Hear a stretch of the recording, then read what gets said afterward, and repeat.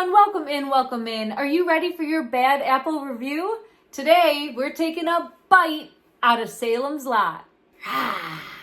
This movie is based off of the 1975 novel by Stephen King, and it is also a remake of a two-part series. I do feel as though it was ready for a revamp. It does take place in the 1970s, and I love that you can actually feel the era coming through. There is the nostalgic old cars and the old feel. You have a drive-in. It just really does give a nice touch to the film, and you see the era shining through. A time frame when kids could be kids. They weren't attached to electronic devices. Neighbors were gossiping, and it was a small hometown feel community. As the stage opens, we get introduced to our main character, Ben. He is a writer who's returning home. He left after a tragedy when he was young and has felt the need to get back to his roots and to learn about his past, and wants to go back and explore the town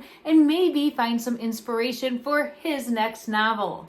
Ben is played by Lewis Pullman, and he does a very good job in this role. He's very believable. He has that neighbor next door look and that hometown feel, but also he's one that is not going to be your Rambo running in to take charge. He's more of a step back and step up when he's pushed to do so or when he has no other option. I think he really does embrace that character well, and he looks the part. We get introduced to Ben's love interest, Susan, right away, and it's comical, it's funny, it's fun how their dynamic unfolds, and I loved the incorporation of humor here. It really did bring a lot into the movie from a standpoint of knowing that you were watching a horror movie, but there's comedy that you see right off the bat, and it was funny comedy at that, playful dynamic between the two of them that really made you as the audience member like them. The likability is there, and you kind of even are rooting for the two of them to get together.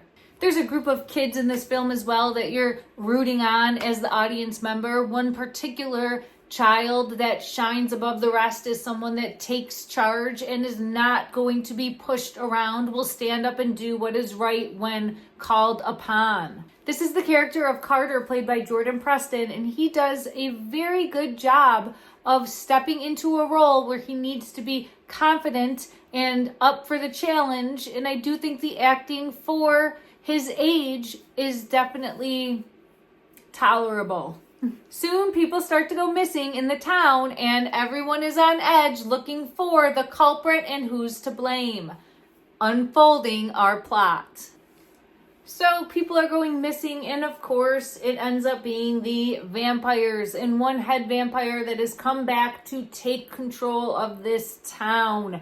One by one, they will become his minions, slaves, do his bidding, and we watch that unfold. This movie is rated R. It's a horror mystery. It has both the adult element and the tween kid element. That being said, as far as being over the top scary, you won't find that here. There is a scare and some blood and some language, but it's nothing over the top, and I do feel though it is really targeted more towards your tween audience and those kids that are really starting to dip their toe in this genre.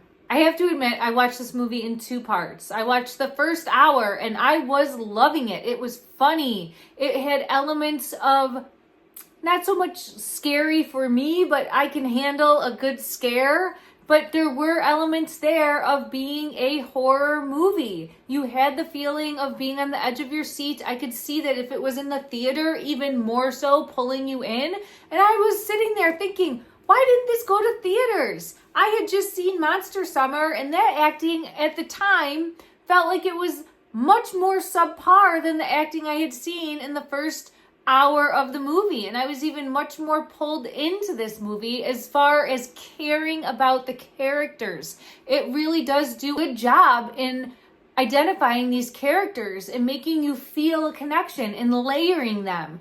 So it has all of this build up, and then when I'm watching the second half of the movie, really after that hour mark, it just falls flat.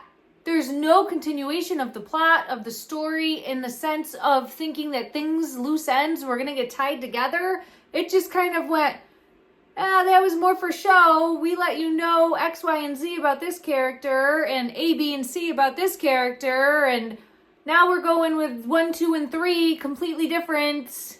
How'd you like it? Okay. What? This is garbage. Yeah, there's still like scares here and there and some and there's some cool camera shots, but as far as tying up any loose ends or the plot or really they really poured into some characters to then do absolutely nothing with them. Nothing. Just nothing. It's a disappointment. It's a disappointment. It fell short, and I feel robbed. The movie's directed by Gary Doberman, and you can tell that they really did want to produce a good movie because of the build-up, because of the lead-up, because of the dynamic of characters. It really does feel like this movie tried.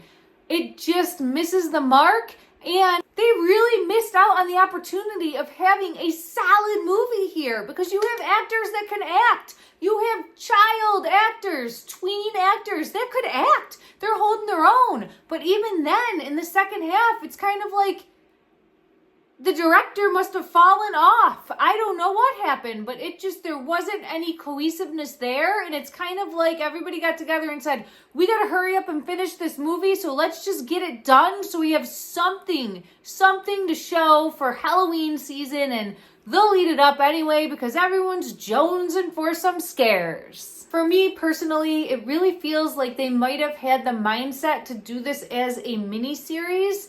And then maybe the budget fell off or they couldn't secure the actors and ended up pivoting and just closing some holes as quickly as they could and kind of not following through with the real agenda or plan for the miniseries and then just turned it into a movie. Like that's the only explanation I can really come to terms with. And I get it, but just do better. All right, so is this movie worth the price of admission? I would not run out and pay for Max in order to see this film. That being said, if you are already paying for the subscription and you're thinking, hey, I'll give it a shot, it's worth a watch. There are some really good moments, but just don't get your hopes up. Don't get too invested because you will be left disappointed. What's your favorite vampire movie? Let me know down below. Did you like this one? Is it on your watch list? Or are you kind of just, maybe, maybe not. If it's on, I'll watch it. Let me know and I'll see you next time. This movie, it sucked it. Unleashed for the second half of Suckage, Carnage, terrible. Terrible, terrible. Cinderella.